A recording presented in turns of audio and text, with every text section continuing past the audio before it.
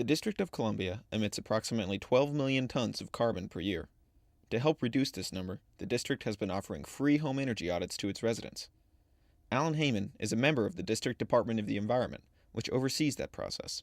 Our audits are available for free to any district homeowner who lives in a single-family home or a townhouse of 4,000 square feet or smaller. And the process takes generally from 1 to 2 hours. We have a licensed and certified technician come out and take a look all around the home with the homeowner present to look for ways to save energy, or I guess not waste energy, which is especially important as it gets colder outside. We have resources right now because of federal stimulus funds to do about 4,000 audits a year. As of right now, we have a waiting list of about 10 to 12 weeks. Many residents of Washington, D.C.'s historic DuPont Circle would definitely be interested in having an audit done to their home. Sure, I think I'll do that. Yeah, I would be interested. Absolutely, I think it's necessary, especially given the way the world is going right now in terms of ecology. I think that we all need to take that into consideration, whether you live in a tent or a mansion. Troy Tanner is a home energy auditor in the Washington, D.C. area. The first question that I always ask any homeowner when I come in is I ask them, why am I here? And that sort of opens up a dialogue to find out what's going on with the house. What are their major complaints, or what do they think the complaints are?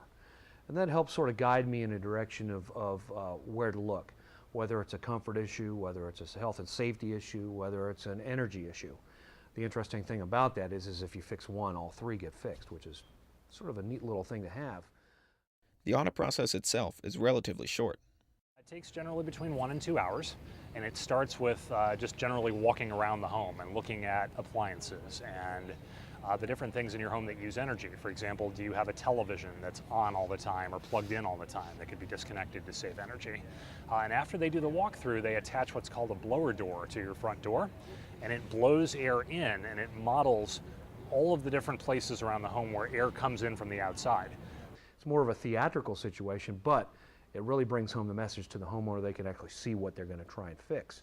Now, everybody's going to use energy. We can't avoid that, so reducing what we don't need to spend money on is very important.